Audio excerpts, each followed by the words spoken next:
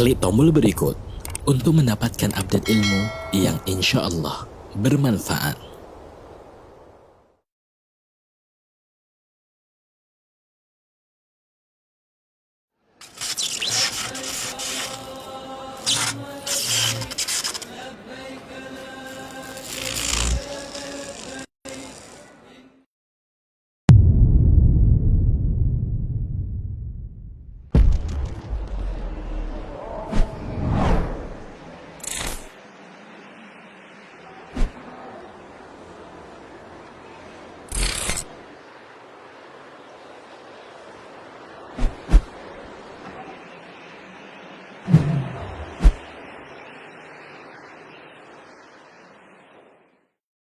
Ta'ala dengan tema seandainya amalanku tak diterima.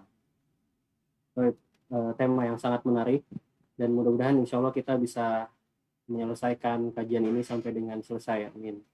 Dan juga sebagai informasi untuk para jamaah, kajian ini juga bisa disaksikan langsung secara streaming melalui akun resmi YouTube Ustadz dan juga akun resmi Pelabuhan Mengaji. Lalu berikutnya kami juga mengundang bagi para jamaah yang ingin bertanya perihal pertemuan kita pada kesempatan siang hari ini. Pertanyaan bisa disampaikan langsung via kolom chat dan insya Allah pertanyaan akan disampaikan sesuai dengan urutan yang masuk. Sebelum kajian dimulai, izinkan Ana untuk membacakan beberapa adab dalam majelis ilmu, yaitu yang pertama adalah dengan mengikhlaskan niat hanya karena Allah Subhanahu wa Ta'ala semata. Lalu yang kedua adalah mencatat faidah-faidah yang didapatkan. Dan yang ketiga, nama peserta kajian di platform harus nama asli, bukan nama device ataupun nama yang lain. Lalu yang terakhir adalah kepada jamaah ikhwan agar dapat menyalakan fitur kamera dan juga kepada jamaah akhwat untuk mematikan fitur kamera. Baik, kita langsung simak bersama materi yang akan disampaikan Ustadz. Kepada Ustadz kami persilahkan. Barakallahu fikum. Wafikum mubarak. Jazakumullah khairan. Assalamualaikum warahmatullahi wabarakatuh. Alhamdulillah alladzi bini'matihi tatimmu salihah. Segala puji bagi Allah Jalla Jalaluh yang karena nikmatnya kebaikan-kebaikan menjadi sempurna. Wallah jamaah. Anda lihat kondisi pandemi ini membuka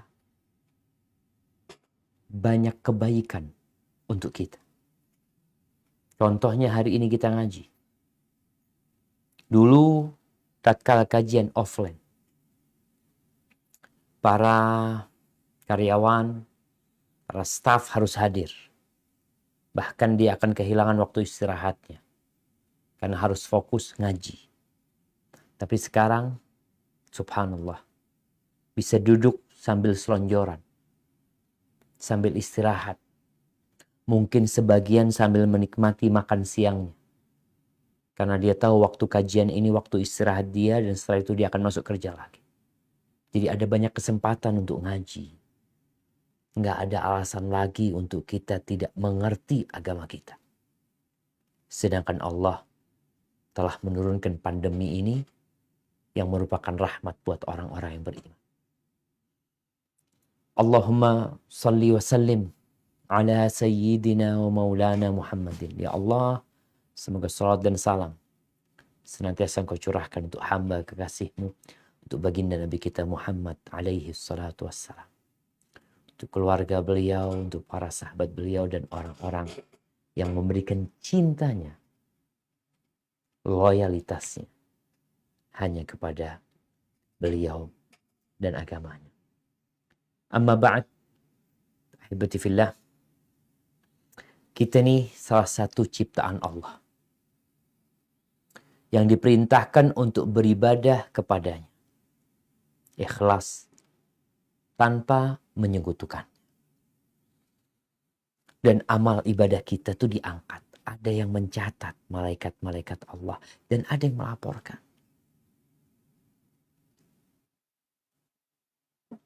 Berapa tahun kita sudah beramal? Yang sholat. Berapa tahun kau sholat? Yang puasa. berapa puluh tahun engkau mengerjakan ibadah puasa. Mungkin umurmu sekarang 30 tahun. Kalau engkau telah puasa sejak umur 10 tahun, berarti 20 tahun engkau puasa. Namun kita perlu memahami bahwa amal ibadah kita itu ada yang diterima dan ada yang ditolak. Nggak ada yang ketiga. Diterima atau ditolak. Namun sayang, kita tidak memikirkan hal itu. Makanya tema hari ini menarik sekali. Gimana kalau amalan kita selama ini ditolak? Gimana? Tentunya rugi kita bekerja, beramal, tahu-tahu nggak ada hasilnya. Kebanyakan manusia itu sibuk beramal. Dan terus beramal. Karena beramal, dikasih amalan lagi, kasih nasihat, ini bagus. Ini insya Allah dapat seperti ini, dapat seperti terus dia beramal. Namun jarang yang berpikir. Duduk merenungkan. Apa kiranya ibadah yang sudah Anda kerjakan. Baik ibadah hati, ibadah fisik, ibadah lisan. Itu diterima oleh Allah Azza wa Jalla atau tidak. Sebagian bahkan suka mengece, memperolok-olok kawannya yang belajar agama, yang datang kajian dalam rangka memperbaiki amalannya supaya diterima. Dikatakan sok suci, dikatakan berlebih-lebihan, fundamentalis. Ya. Ahibati fillah. Kadang-kala kita mendengar ungkapan dari kawan-kawan kita mungkin, orang-orang di sekitar kita yang menanggapi negatif orang yang belajar agama dalam rangka memperbaiki ibadahnya supaya diterima. Apa kata mereka? Udahlah, yang penting sholat, yang penting puasa. Nggak usah terlalu dibahas tuh, sholat harus kayak gini, harus kayak gitu, puasa harus kayak gini, harus kayak gitu. Nggak usah, yang dibicarakan tuh yang nggak sholat, yang nggak puasa, itu yang dibahas. Kalau orang udah sholat, alhamdulillah udah sholat dia. Jadi yang penting tuh sholat tuh udah. Terus gimana kalau kita sholat nggak diterima? Bukankah antum yang bekerja sekarang di pelabuhan ini ada SOP-nya? Apa SOP ini? Standar operasional prosedur. Ada SOP-nya. Antum nggak sembarangan kerja. Nurunin barang. Atau melepas kontainer. Ada SOP-nya. Yang penting anak turunin. Gimana antum nurunin? Ada tempatnya. Ada waktunya. Kalau nggak ikut SOP, rusak tuh pelabuhan. Gara-gara semua yang penting kerja. Kerja. Yang penting kerja. Iya kerja. Tapi ada aturannya. Ahibati fillah, pernah nggak kita dengar hadis yang diriwayatkan Imam Tabrani dari Nabi alaihi salatu Abu Hurairah radhiyallahu anhu, dari Nabi alaihi salatu wassalam, beliau mengatakan innar rajula la yusalli 60 sana. Ada orang yang sholat selama 60 tahun. Sholat dia 60 tahun. Dia beribadah. Mendekatkan diri kepada Allah. Wa ma tuqubbila lahu salatu. Satu pun sholatnya nggak ada yang diterima. 60 tahun. Kalikan tuh. Kali 5 waktu. Kalau dia nggak punya sholat sunnah, anggap 5 waktu. 60 tahun. Nggak ada yang diterima. Kenapa? La'allahu yutimur ruku'. Mungkin dia rukuknya sempurna. Bagus rukuknya. Wala yutimmu sujud. Tapi sujudnya nggak sempurna. Entah gimana dia sujudnya.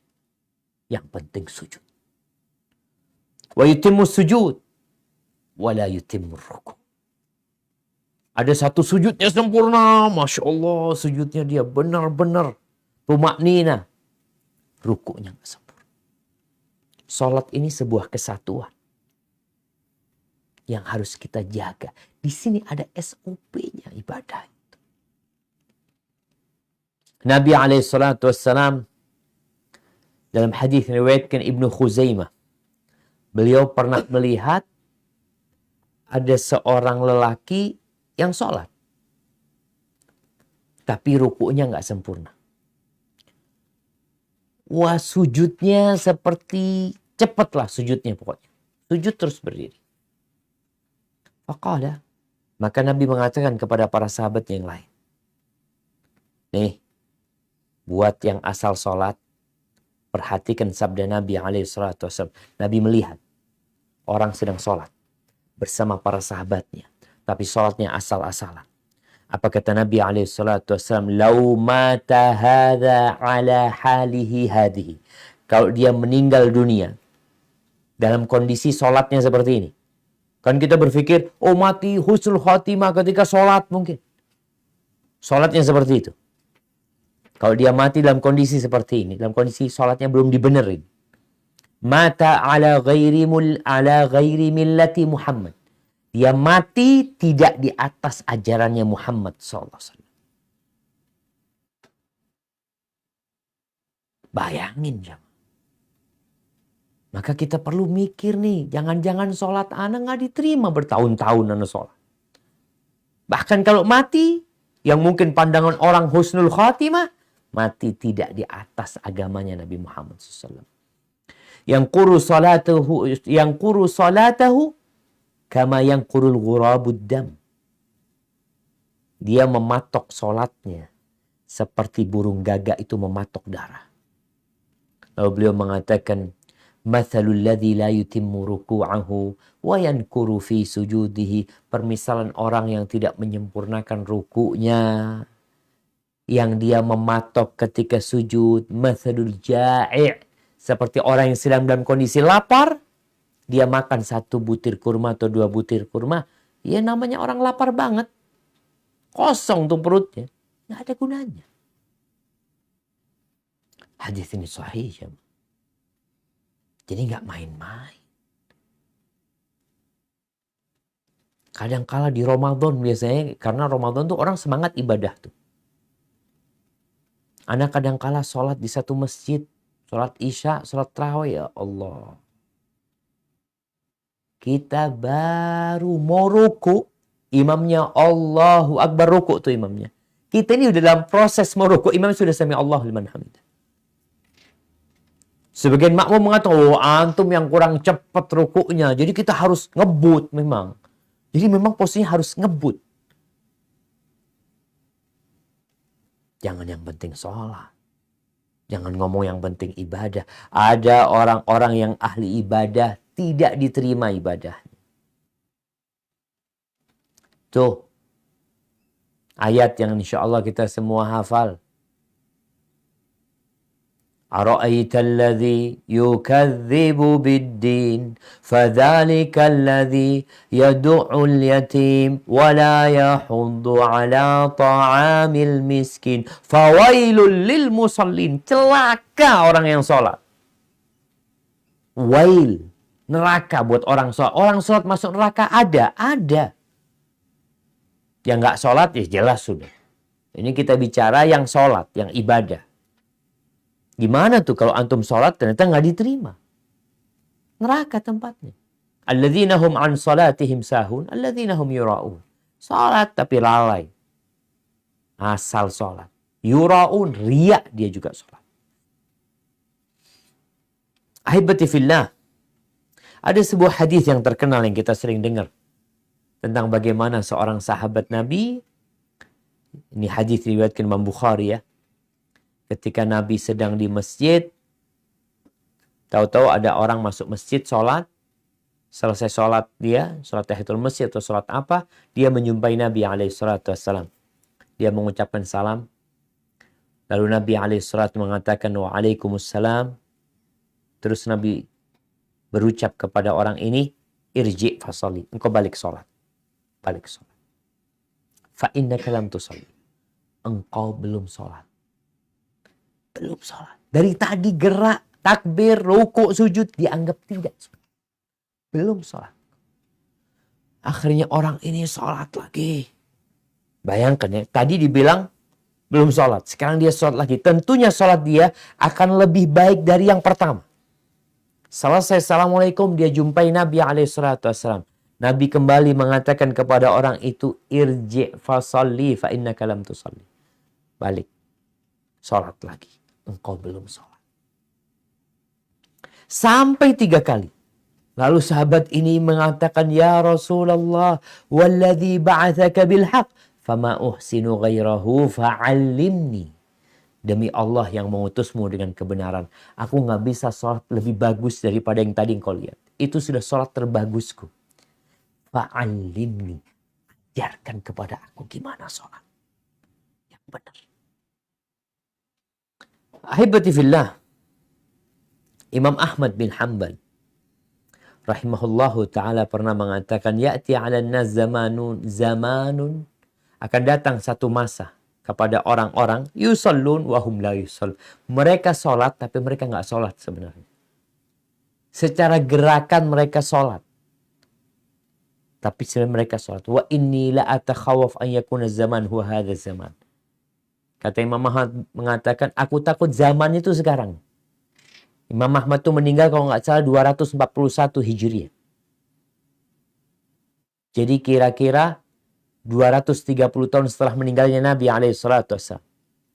Beliau mengatakan, aku takut zaman itu sudah terjadi. Di mana banyak orang sholat, mungkin masjidnya full. Masjid di perusahaan full. Kelihatan orang-orang memakmurkan rumah Allah. Tapi nggak sholat mereka. Oleh karena itu jamaah. Orang semakin berilmu, itu semakin takut. Semakin berilmu, dia semakin takut sama Allah SWT.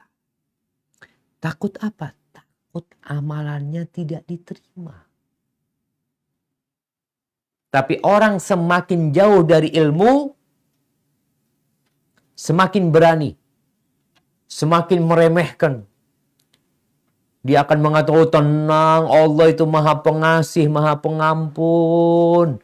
Oh udahlah yang penting sholat, selesai sudah. Allah menyebutkan di surah Al-Mu'minun, suratnya orang-orang yang beriman. Di antara sifat mereka seperti apa? Silakan dibuka ayat 60-61. Tafadhal dibaca. Baik Ustaz. A'udzu billahi minasy syaithanir rajim. Walladzina yu'tuna ma ataw wa qulubuhum wajilatun annahum ila rabbihim raji'un. Ulaika yusari'una fil khairati wa hum laha sabiqun. Yang artinya, dan orang-orang yang memberikan apa yang telah mereka berikan dengan hati yang takut karena mereka tahu bahwa sesungguhnya mereka akan kembali kepada Tuhan mereka. Mereka itu bersegera untuk mendapatkan kebaikan-kebaikan dan merekalah yang orang-orang yang segera memperolehnya. Barakallahu fikum. Ketika turun ayat ini, karena secara bahasa Arab disebutkan mereka memberikan apa yang mereka berikan. Mereka melakukan apa yang seharusnya mereka lakukan.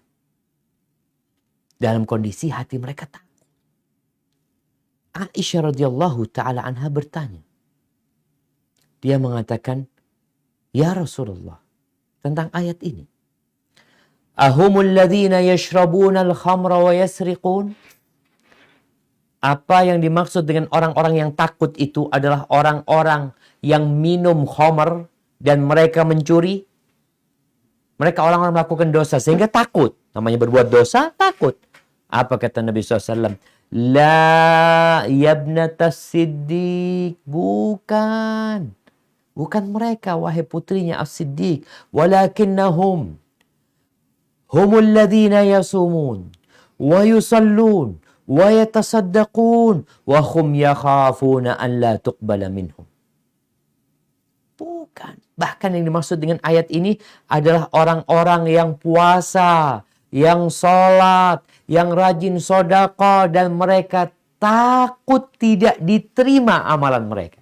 Maka mereka bersungguh-sungguh untuk berbuat kebaikan, berlomba-lomba melakukan amal kebajikan. Dalam kondisi hatinya takut nggak diterima. Itu kata Nabi SAW. Dan kalau kita melihat para salafus saleh, orang-orang semakin kenal sama Allah ya, para nabi, mereka itu semakin takut. Cobalah kita perhatikan doanya Nabi Ibrahim, insya Allah kita semua hafal. Nabi Ibrahim tuh Allah ceritakan di surat Al-Baqarah ayat 127, nanti dibuka. Al-Baqarah ayat 127.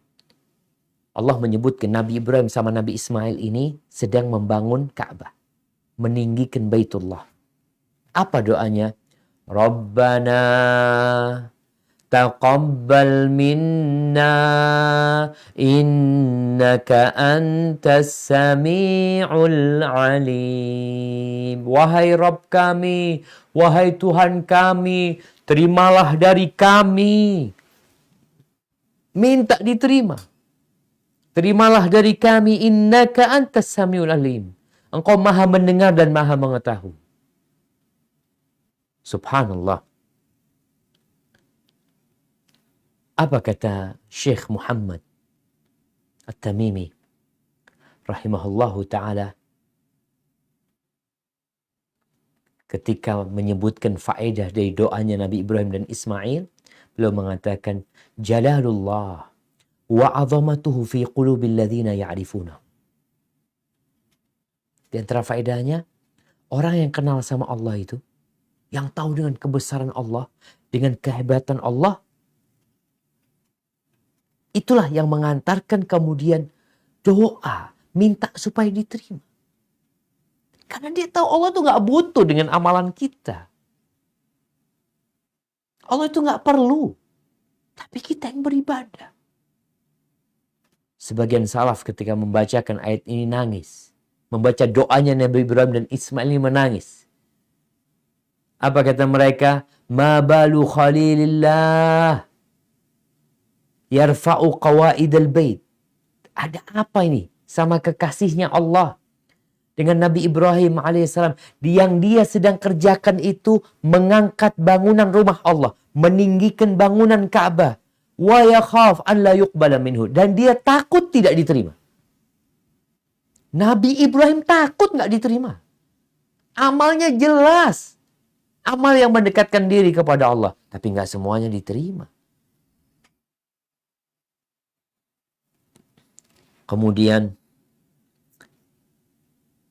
ibunya ibunya Maryam, ibunda Maryam, istrinya Imran, ketika dia bernazar, Allah ceritakan di surat Ali Imran ayat 35 nazar ini, idz qalat imra'atu Imran rabbi inni nazartu laka ma fi batni muharrara. Ya Allah, aku bernazar, ya Allah, anak yang ada di perutku ini, aku nazarkan untuk engkau nantinya. Menjadi pelayan di rumah Allah subhanahu wa ta'ala. Apa katanya? Fataqabbal minni. Ya Allah, terima dari aku, ya Allah. Ya Allah, terimalah dari aku, ya Allah. Minta. Memohon supaya diterima. Ahibati fillah. Masih ingat kisah Habil dan Qabil? Dua putra Nabi Adam alaihissalam. Yang mungkin ketika kecil kita dikasih tahu ya, terjadi persaingan antara dua orang beramal. Untuk beribadah. Apa ibadahnya? Berkorban. Habil berkorban karena dia adalah seorang peternak. Dia punya kambing, dia korbankan kambing yang paling bagus. Si Qabil petani, maka dia korbankan buah-buahan. Dia korbankan. Setelah dikorbankan, mereka itu menunggu diterima atau tidak. Tanda diterimanya itu datang api dari langit yang menyambar itu kurban. Kalau datang api disambar berarti kurbannya diterima. Ternyata api itu menyambar dombanya Habil. Marah si Qabil ini. Bahkan dia niat untuk membunuhnya. Allah ceritakan. Coba dibuka surat Al-Maidah ayat 27. Baik, Ustaz. A'udzu billahi minasy syaithanir watlu 'alaihim naba abna Adam bil Naba abnai Adam.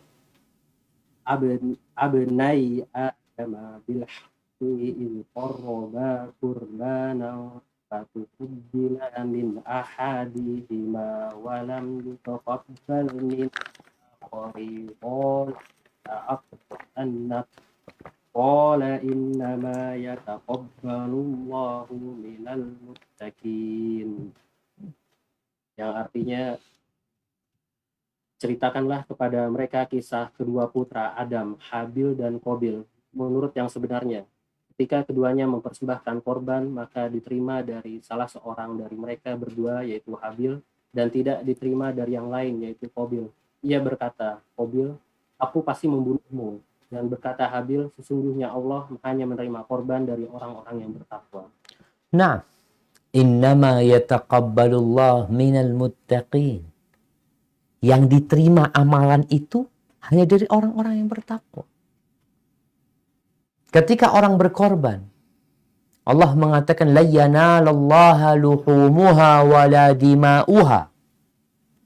Enggak akan sampai kepada Allah dagingnya, darahnya. Ketika kambingnya besar, diterima sama Allah karena dagingnya banyak. Ketika darah yang dikucurkan banyak, diterima. Enggak sampai kepada Allah tuh wala daging wala darah. Kita yang nyembelih itu kurban, keluar darahnya dibuang, dagingnya kita makan. Enggak akan sampai kepada Allah la daging wala darah. Terus walakin yanaluhu taqwa minkum. Tapi yang sampai kepada Allah ada ketakwaan. Ahibati fillah. Maka setelah kita mendengar bahwasanya ada orang-orang yang beramal bertahun-tahun kemudian tidak diterima, ini mendorong kita untuk bertanya. Terus gimana caranya supaya amal kita diterima? Supaya jangan sia-sia kita sholat. Kalau ada orang bekerja di satu perusahaan, tahu-tahu pas akhir bulan gaji nggak turun. Kawannya semua dapat gaji. Loh kenapa? Anak kan udah kerja sebulan. Anak jam 7 masuk, pulang jam 3. Iya betul. Cuma masalahnya nggak benar kerjaan. Rugi dia. Dia berpikir sudah benar. Disuruh bikin gelas umpamanya. Kerjaannya bikin gelas. Atau bikin piring. Ternyata piring yang dia bikin nggak sama dengan standar yang diminta oleh pabrik. Ditolak. Keramik umpamanya. Bikin keramik nih. Tahu berapa? Keramiknya 30 kali 30. Yang bikin Masya Allah. Anak bikin 33 kali 37. Supaya lebih besar. Niatnya baik. Niatnya bagus supaya orang lebih senang umpamanya. Perusahaan lebih senang. Kenapa? Anak bikinin yang lebih besar. Tapi karena tidak sesuai dengan standar ditolak. Afkir dibuang. Maka syarat diterimanya amalan itu 2. Apa 2 hal ini? 2 kalimat syahadat kita. Bukankah 2 kalimat syahadat ini yang dengannya kita masuk ke dalam agama Allah? Kita mengatakan asyhadu an la ilaha illallah. Yang itu menuntut kita untuk ikhlas beribadah hanya untuk Allah. Nggak boleh ada riya dalam amalan kita. Nggak boleh ada selain Allah dalam ibadah kita. Wa ma umiru illa liya'budullah mukhlishina lahuddin. Ikhlas. Mereka tidak diperintahkan untuk ibadah sekedar ibadah. Enggak, mereka harus ikhlas dalam beribadah. Dan itu konsekuensi tuntutan dari kita mengatakan la ilaha illallah. Kalau kita mengatakan la ilaha illallah, tapi ternyata kita sisipkan selain Allah di hati kita, maka amal itu akan tertolak. Kalau lisan pinter ngomong jemaah, siapa yang nggak bisa ngomong lillahi ta'ala, benar lillahi ta'ala. Makanya Allah sebutkan tadi di surat Al-Ma'un, itu orang-orang yang wail, ancaman buat mereka, karena mereka sholat tapi yura'un, ria, pamer aja. Karena ada orang aja dia sholat, nggak ada orang dia nggak sholat mungkin. Karena di kantor aja sholat. Di rumahnya santai-santai aja dia. Man amila amalan asyraka fihi ma'i ghairi taraktuhu wa syirka. Barang siapa yang beramal satu amalan, dia sisipkan dalam amal itu selain aku, maka aku tinggalkan dia. Allah nggak akan terima. Kecuali yang ikhlas lillahi ta'ala. Jadi coba dilihat, apakah ibadah kita udah ikhlas? Tapi setelah ikhlas, apa sudah diterima Ustaz? Belum. Bukankah syahadat kita juga asyhadu anna Muhammad Rasulullah? Aku bersaksi bahwa Muhammad adalah utusan Allah. Maka ini nih menuntut kita untuk tidak beribadah kecuali dengan caranya Nabi Muhammad alaihi salatu wassalam. Jangan bikin cara sendiri ibadah. Ana pokoknya ikhlas lillahi ta'ala. Ana mau sholat subuh nih Zat. Insya Allah ana mau sholat subuh. Kan sekarang adzan subuh itu entah di Jakarta mungkin jam 4:10 anggap. Ana kayaknya mau sholat subuh Ustaz jam 3 Ustaz. Supaya lebih keren Ustaz. Jadi orang gak ada, ana sholat subuh. Supaya gak kelihatan orang. Supaya lebih ikhlas. Gak diterima. Kenapa? Caranya gak sesuai. Terus gimana? Ya ikutin. SOP-nya tuh diikutin. Gimana Nabi SAW mencontohkan dalam ibadah itu. Nggak usah ditambahin, nggak usah dikurangin.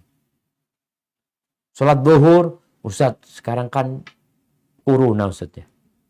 COVID-19 ini. Kita kepingin sholat zuhur Ustaz supaya ya lebih diterima sama Allah Ustaz. 12 rakaat Ustaz. Ana sudah musyawarah sama manajemen di mana? Di pelabuhan, mereka setuju. Sholat zuhur 12 rakaat. Niatnya baik. Lillahi ta'ala. Nggak diterima. Puasa. Ramadan. Saat puasa itu kan anggap dari jam 5 adzan subuh sampai jam 6 adzan maghrib. Ana gimana Ustaz? Kalau puasanya mulai jam 10 pagi, sama waktunya Ustaz. Sampai jam berapa kalau jam 10? Kalau jam 5 sampai jam 6 itu berapa jam jamaah? 12 jam. 13 jam. Dia cuma ngatur aja waktunya. Anak pokoknya sehari mau puasa 13 jam. Sesuai dengan orang-orang puasa itu. Cuma waktunya doang. Nggak bakal diterima. Karena semua ada aturan. Pernikahan itu juga ada aturannya. Semuanya pakai aturan. Ana mau nikah Ustaz. Ya nikah lah. Insya Allah orangnya suka sama Ustaz. Karena memang nih akhwat nih ngefans sama Ustaz. Gimana kalau Ustaz yang nikahkan? Anaknya orang. Masa ada yang nikahin? Oh enggak apa-apa Ustaz. Dia ridho Ustaz. Bukan urusan dia ridho nggak ridho. Ada walinya. Ada aturannya semua itu. Jadi dalam beribadah kepada Allah, 2 kalimat syahadat ini harus selalu kita ingat. Apakah kita ikhlas lillahi ta'ala atau enggak? Terus yang kedua, apakah sesuai dengan yang diajarkan Nabi Muhammad SAW?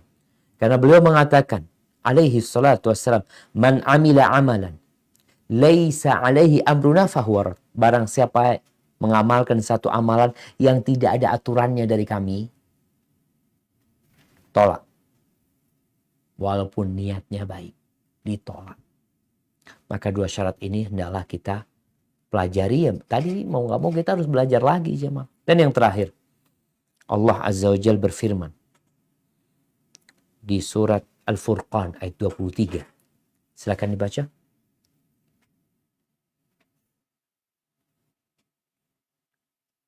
Nah. A'udzu billahi minasyaitonir rajim. Ashabul jannati yawma idzin khairum Al-Furqan 23. mustaqim.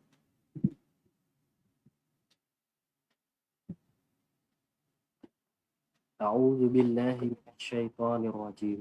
Wa qadimna ila ma 'amilu min amalin faj'alnahu haba'an mansura. Dan kami hadapi segala amal yang mereka kerjakan. Lalu kami jadikan amal itu bagaikan debu yang berterbangan. Allahu Akbar. Gimana antum bawa banyak amal soleh sebenarnya. Tapi sampai sana dijadikan debu.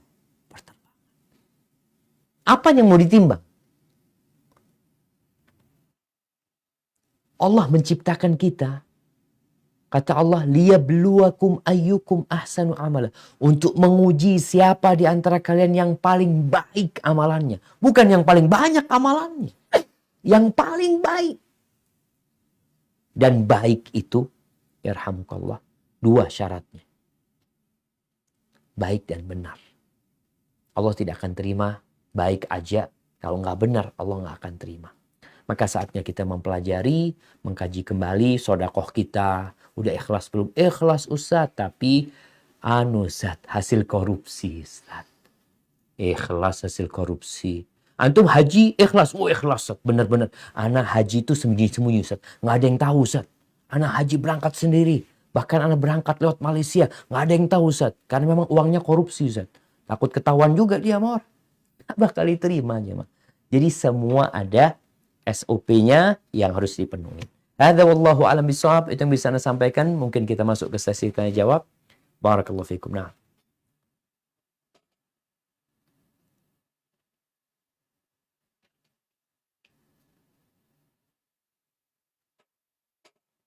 Taufik barakallah Ustaz. Alhamdulillah jazakallahu khair Ustaz atas materi yang telah disampaikan. Dan kita sekarang masuk ke dalam sesi pertanyaan. Alhamdulillah sudah ada 21 pertanyaan Ustaz yang masuk. Insyaallah sampai asar kita kayaknya. Kali lagi jamaah Afwan, sebelumnya pertanyaan akan kami sampaikan berdasarkan urutan yang masuk dan juga dengan waktu yang tersedia. Pertanyaan yang pertama Ustaz. Assalamualaikum warahmatullahi wabarakatuh. Waalaikumsalam warahmatullahi wabarakatuh. Adakah doa agar amalan kita diterima tanpa ada gangguan syaitan setelah mengerjakan amalan-amalan soleh? Syukron Ustaz. Jazakallahu khair wa barakallahu fikum. Masya Allah. Barakallahu fikum. Nah jamaah. Jadi memang amalan kita ini ketika kita sudah ikhlas sesuai dengan sunnah, sebelum mengamalkan kita udah ikhlas, ketika mengamalkan kita benar-benar ikhlas, setelah mengamalkan kadangkala datang setan. Jadi setan bisa datang di pertama agar kita nggak ikhlas dari awal beribadah. Bisa datang udah ikhlas kita, tengah-tengah sholat datang tuh pikiran-pikiran buruk yang menyebabkan kita riya. Kadangkala enggak, dari awal sudah ikhlas, ketika beramal ikhlas, selesai. Kayak antum waktu sholat malam. Insya Allah sholat malam tuh ikhlas ya. Nggak ada yang ngeliat. Ketika antum mau sholat juga nggak ada yang ngeliat. Sampai subuh keluarga juga nggak ada yang ngeliat. Besok paginya sohib tanya. Antum kenapa matanya merah? Enggak apa-apa. Kenapa? Ayolah. Apa perlu anak kasih obat mata? Enggak. Ini karena qiyamul lail tadi malam. Masya Allah. Jadi padahal dia udah nggak ada yang tahu jemaah. Tapi dia sendiri yang ngomong. Maka kita harus menyembunyikan amalan kita. Jadi kalau bertanya tadi kita tanyakan doa kan. Yang pertama usaha dulu. Usaha bagaimana amalan kita supaya nggak digangguin sama setan ini. Amalan yang tersembunyi. Sehingga insya Allah lebih mudah kita menjaganya dari riya. Tapi kalau kemudian amalan itu nggak bisa disembunyikan, ya sudah. Kita berusaha menjaga diri kita tatkala pikiran itu datang, mamanya mengatakan, ya engkau Masya Allah orang baik, ini itu. Sampaikan, pujian dari seluruh penduduk Indonesia nggak akan berguna buat aku kalau Allah nggak ridho sama aku. Jadi itu untuk menolak riya tadi yang dibisikkan oleh syaitan. Adapun doa, Nabi alaihissalatu mengajarkan doa kepada para sahabatnya. Subhan, kepada para sahabatnya beliau sampaikan. Dan sahabatnya menyampaikan kepada sahabat yang lainnya. Apa doanya? Ketika Nabi menyebutkan bahwa riya ini termasuk syirik yang tersembunyi sekali. Untuk menyelamatkan diri, bacalah Allahumma inni a'udzubika an usyrika bika syai'an wa ana a'lamu wa astaghfiruka lima la a'lamu. Ya Allah, aku berlindung kepadamu dari melakukan kesyirikan yang aku mengetahui. Jadi berlindung kepada Allah. Dan aku mohon ampun kepadamu terhadap kesyirikan yang aku nggak tahu. Hadza wallahu a'lam bissawab. Baik Ustadz, jazakallah khair atas nasihat dan atas nasihat dan jawabannya. Lanjut ke pertanyaan kedua. Afwan izin bertanya Ustadz, berkaitan dengan diterimanya amal, bagaimana hukumnya sholat mengenakan alas sholat hasil pembelian dari tahlilan? Anak sendiri mengingkari adanya tahlilan. Nah, barakallahu fikum. Jamaah, selama pakaian yang kita pakai halal, sejadah yang kita pakai halal, kopiah yang kita pakai halal, maka nggak ada masalah. Kalau tadi dikatakan umpamanya kita mendapatkan hadiah dari orang yang tahlilan, yang mereka punya acara ritual itu yang tidak sesuai dengan sunnah, kita dikasih halal buat kita, makanan yang boleh dimakan, apa yang diberikan boleh dipakai sebenarnya. Jadi nggak ada masalah. Para ulama berbincang tentang hukum sholat dengan baju curian. Bajunya curian. Sejadahnya curian. Artinya dia mendapatkan hal itu tidak dengan cara yang syar'i. Mendapatkan hal itu. Sholat, dia Masya Allah. Dia menguasai sebuah rumah. Tanah itu milik orang sebenarnya. Tapi dia menang di pengadilan. Jadi milik dia. Bertahun-tahun dia sholat di sana. Di tanah yang bukan milik dia sebenarnya. Sah enggak? Ada khilaf di antara para ulama. Sebagian mengatakan tidak sah. Tapi sebagian mengatakan selama syarat dan kewajibannya serta rukunnya terpenuhi, dia sah sholatnya, tapi dia berdosa. Dia berdosa. Ini kalau bicara dari barang curian, barang yang dia dapat tidak dengan cara yang benar. Adapun pemberian dari acara tadi disebutkan tahlilan, nggak ada masalah. Itu boleh. Artinya pemberiannya ya, boleh kita gunakan dan nggak ada masalah insyaallah. Hadza wallahu a'lam bissawab. Baik Ustaz, barakallahu fikum. Pertanyaan yang selanjutnya adalah Assalamualaikum Ustaz. Waalaikumsalam warahmatullahi wabarakatuh. Saya mau tanya sebelumnya, maaf jika kesannya saya membuka aib keluarga saya sendiri. Yang ingin saya tanyakan bagaimana cara mengajak keluarga untuk tetap menunaikan sholat. Karena dalam keluarga saya itu anak paling kecil. Jadi saya memiliki keraguan untuk mengingatkan keluarga saya dalam beribadah, terutama sholat. Takut mereka berpikir bahwa saya mengajari mereka orang yang lebih tua, maksudnya mengajari mereka orang yang lebih tua, Ustaz. Dalam hal ini, sebenarnya saya ingin bisa melaksanakan sholat berjamaah dengan keluarga saya, Ustaz, dengan ibu, abang, dan juga kakak. Tapi saya tidak tahu bagaimana cara menyampaikannya. Terakhir saya melihat ibu saya mengerjakan sholat, saya duduk di bangku SMP. Mohon caranya, Ustaz. Terima kasih. Allahu Akbar jamaah. Ya.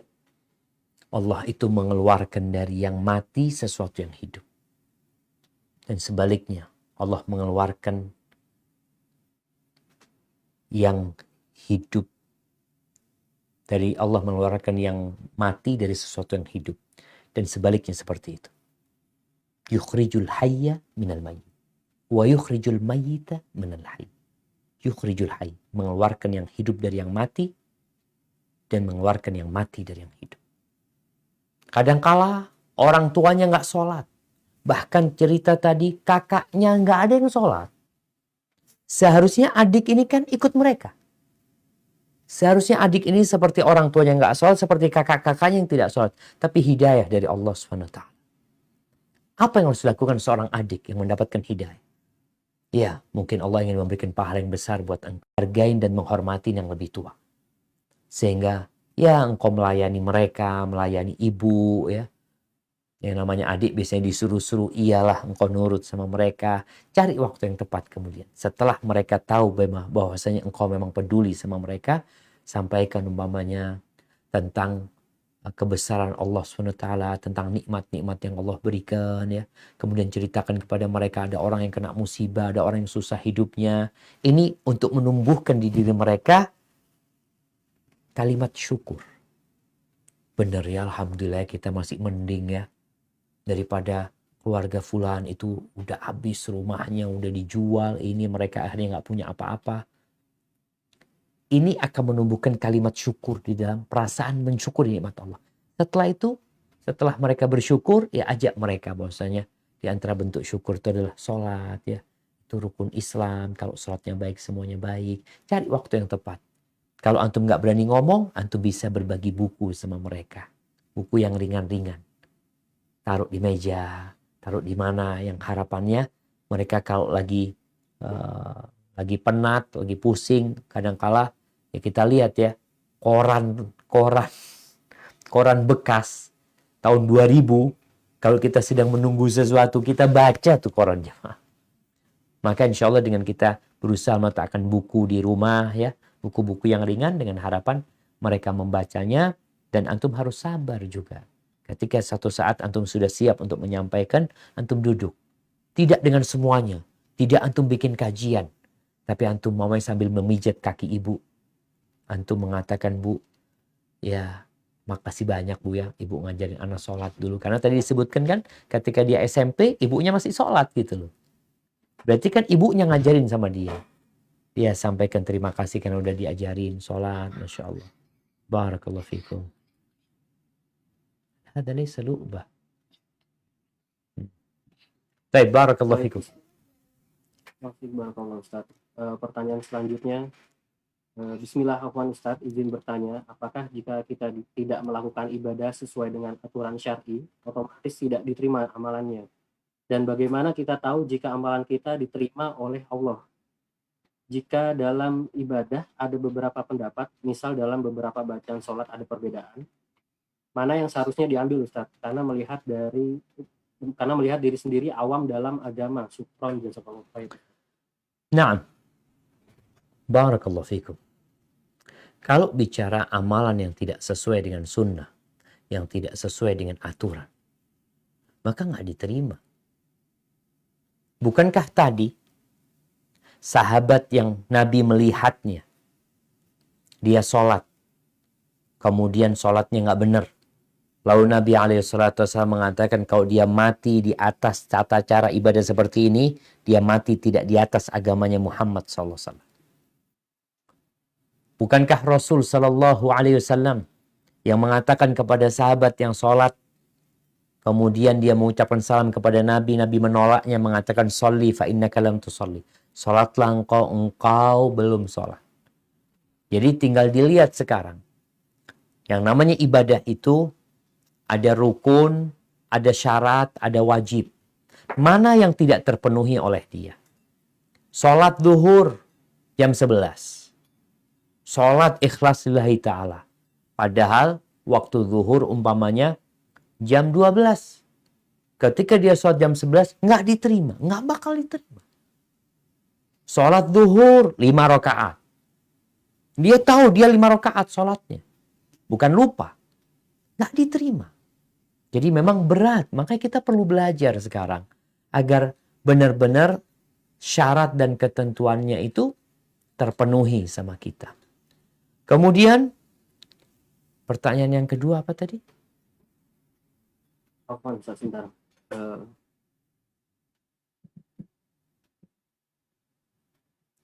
Dan bagaimana kita tahu jika amal kita diterima apa Allah, tidak? Hebatifillah. Kita itu kewajibannya melaksanakan sesuai dengan aturan. Ikhlas. Udah diterima kan urusannya Allah SWT. Terus gimana? Ya doa supaya diterima. Insya Allah, Allah itu maha baik. Allah itu syakirun alim. Kadang-kala amalan kita ada kurang-kurangnya. Makanya selesai sholat kita istighfar, mohon ampun sama Allah SWT. Semoga Allah menerimanya. Dan memang sebenarnya ulama mengatakan ada tanda-tanda diterimanya amalan. Contohnya firman Allah Subhanahu wa taala, hal jazaul ihsan illal ihsan. Tidaklah balasan untuk amal kebajikan kecuali kebajikan selanjutnya. Jadi amal soleh yang diterima itu insya Allah akan melahirkan amal soleh yang lainnya. Sebagaimana dosa melahirkan dosa, amal soleh juga akan melahirkan amal soleh. Tapi yang jelas kita tetap dalam kondisi takut, memohon kepada Allah agar diterima, karena ingat Nabi Ibrahim aja berdoa, Rabbana taqabbal minna. Barakallahu fikum. Nah, tapi syuf la tatla fawq. Ustadz izin, ada jamaah yang ingin bertanya secara langsung. Fadhal. Assalamualaikum Akhi Wahyu. Tafadhol Akhi.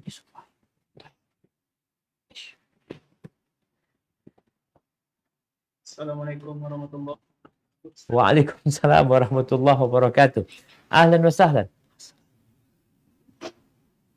Ustaz, Ustaz, Anda mau bertanya sebelumnya, semoga Allah memberikan keberkahan kepada Ustaz, keluarga Ustaz, guru-guru Ustaz, Allahumma kemudian amin. kepada kaum mukminin yang mengikuti kajian. Amin. Nah Ustaz, Anda memiliki 2 pertanyaan. Naam, tafadhal. Yang pertama itu, bagaimana kita menyikapi apabila kita bermakmum dengan iman yang terlalu cepat. Naam. Karena kan kadang imamnya itu terlalu cepat, kita ada yang kekhusyuan kita tuh juga kurang gitu. Yang kedua, bagaimana ketika kita bekerja Ustaz, kan kita memiliki waktu yang sangat sedikit untuk melaksanakan sholat. Apakah kita boleh untuk mempersingkat sholat? Dan bagaimana cara terbaik kita menyingkat sholat pada bulan Ustaz? Masya Ini Allah. saja, barakallahu fiik. Nah, barakallahu fikum. Ya jemaah, ini pertanyaan menarik sekali ya. Tentang bagaimana kita dapat imam sholatnya terlalu cepat. Dan kita merasa nggak tumak nina. Sedangkan tumak nina itu rukun sholat. Tatkala kita kan nggak tahu. Kita ini yang namanya kadangkala musafir juga. Kita bermakmum, kita pikir imamnya bagus gitu sholatnya. Tahu-tahu cepat sekali sholatnya. Sehingga hilang itu tumak nina. Apa yang harus kita lakukan? Kita memisahkan diri. Niat mufaraqah, memisahkan diri. Antum sholat sendiri sudah. Jangan dilanjutin. Ketika antum merasa sholatnya memang nggak tumak nina gitu. Mungkin menurut dia tumak nina, tapi antum melihat kayaknya terlalu cepat Ustaz. Ana mau ruku aja, dia ruku. Ana mau ruku, dia udah berdiri Ustaz. Ya udah antum ketika itu niat mufaraqah, niat sholat sendiri. Kenapa? Karena kita kalau tetap sholat sama dia, kita itu punya kewajiban mengikuti gerakan dia. Ketika dia bertakbir, kita harus bertakbir. Dia ruku, kita harus ruku. Tapi ketika tidak ada tumak nina di sana, maka antum niat memisahkan diri. Tetap di tempat itu, bukan memisahkan diri antum pindah tempat, ya enggak. Antum tetap di sana, sholat, tapi niatnya sudah memisahkan diri. Jadi sholat sendiri, bukan sholat berjamaah. Dan innamal a'malu binniyat. Kemudian pertanyaan yang kedua tadi, bagaimana mempersingkat sholat kita. Jadi kalau memang waktunya sempit yang diberikan kepada kita. Apa yang harus kita lakukan? Yang boleh kita singkat itu adalah yang sunnah-sunnah nggak dikerjain. Umpamanya, ya kita mau baca iftitah. Tapi karena waktunya sempit Ustaz, ya udah langsung baca a'udzubillahi minasyaitonirrajim, terus baca Al-Fatihah. Nah, suratnya pun kita tahu bisa pakai surat pendek. Kemudian ketika kita ruku, umpamanya kita membaca Subhana Rabbiyal Azimi wa bihamdihi. Kita sunnahnya 3 kali, tapi kayaknya waktunya nggak cukup Ustaz. Boleh sekali, tapi tetap tumakninah, tidak terburu-buru. Jadi memang ada hal-hal yang bisa disingkat. Ketika sujud dianjurkan banyak-banyak berdoa.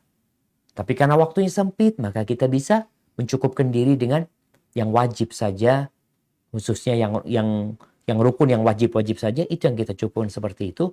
Insya Allah nggak ada masalah. Rasulullah SAW pernah beliau sedang sholat. Tahu-tahu beliau mempercepat sholat. Kok pendek sholatnya? Nggak seperti biasanya. Ditanya, kenapa engkau melakukan itu wahai Nabi SAW? Kata beliau mendengar tangisan seorang bayi. Maka beliau kesian sama ibunya. Kalau harus nunggu waktu lama. Jadi imam ini juga harus peduli ya Maya. Imam niat baca umpamanya tabarakalladzi biyadihil mulk. Tahu-tahu dengar tangisan anak di belakang. Ya udah baca itu tapi nggak harus sampai selesai gitu loh. Nabi ketika itu beliau memendekkan sholatnya. Karena ada sebab.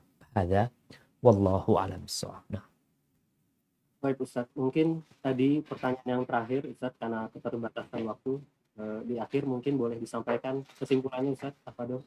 kesimpulannya antum lah yang nyampaikan lah. Ana udah sampaikan kajiannya, antum menyampaikan kesimpulannya. Baik, barakallahu fikum jamaah. Ana mohon undur diri karena kita akan menyimak kesimpulan ini dari pembawa acara. Jazakumullah khairan. Syukran. Masya Allah Ustadz. Baik, demikian pembahasan yang telah disampaikan oleh Ustadz. Sekali lagi kami ucapkan jazakallah khair atas waktu dan materi yang telah disampaikan oleh Ustadz. Semoga apa yang telah disampaikan dapat kita pahami dengan baik dan benar, dan tentunya kita pun berusaha untuk mengamalkan dari apa yang telah kita simak, pelajaran yang sangat bermanfaat. Semoga Allah Subhanahu wa taala memberikan kemudahan bagi kita semua untuk mengamalkannya dan juga terus istiqomah di jalannya. Amin Allahumma amin. Kami mohon maaf sekali lagi atas kekurangan dan atas banyak pertanyaan yang belum dapat dibacakan karena keterbatasan waktu. Dan kita tutup majelis ini dengan doa kafaratul majelis. Subhanakallahumma wa bihamdika asyhadu an la ilaha illa anta astaghfiruka wa atubu ilaik. Wabillahi taufiq wal hidayah. Assalamualaikum warahmatullahi wabarakatuh.